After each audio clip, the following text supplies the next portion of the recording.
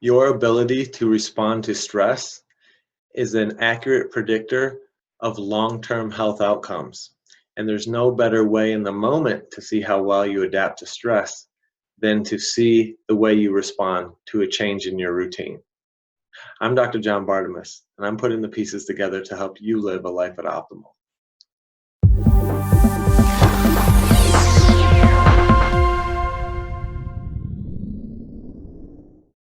Today in North Carolina, we had a snow day. Thankfully, it was a Sunday, so not many people had to miss work. But tomorrow, school is already canceled for our kids, and workplaces are shutting down. So there's a big routine change for many people out there in Charlotte and across the Southeast. So it got me to thinking, as an acute routine change occurs that's unexpected, that could be rejoice and joyous for certain people, and it could lead to increased stress to other people.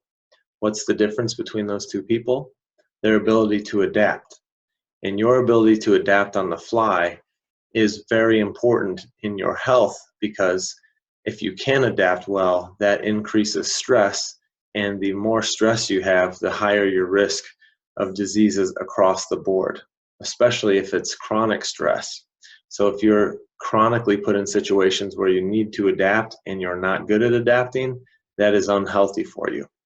Whereas if you can adapt, there's still stress associated with that, but that's eustress, EU stress, which means good stress versus distress. And it would be distress if you're someone who doesn't adapt well to changes in routine. How can we test this in somebody?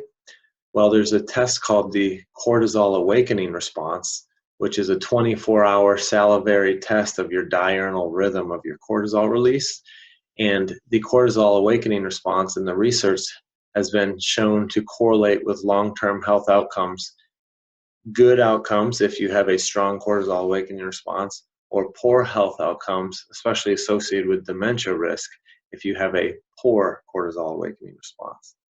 So if you are someone that doesn't adapt well to routine changes, and you are kind of tended more towards anxiety and high-strung or depression and memory loss, you may want to get your cortisol awakening response tested, and then based on the results, work with a functional practitioner to help you tweak it or bring it to optimal.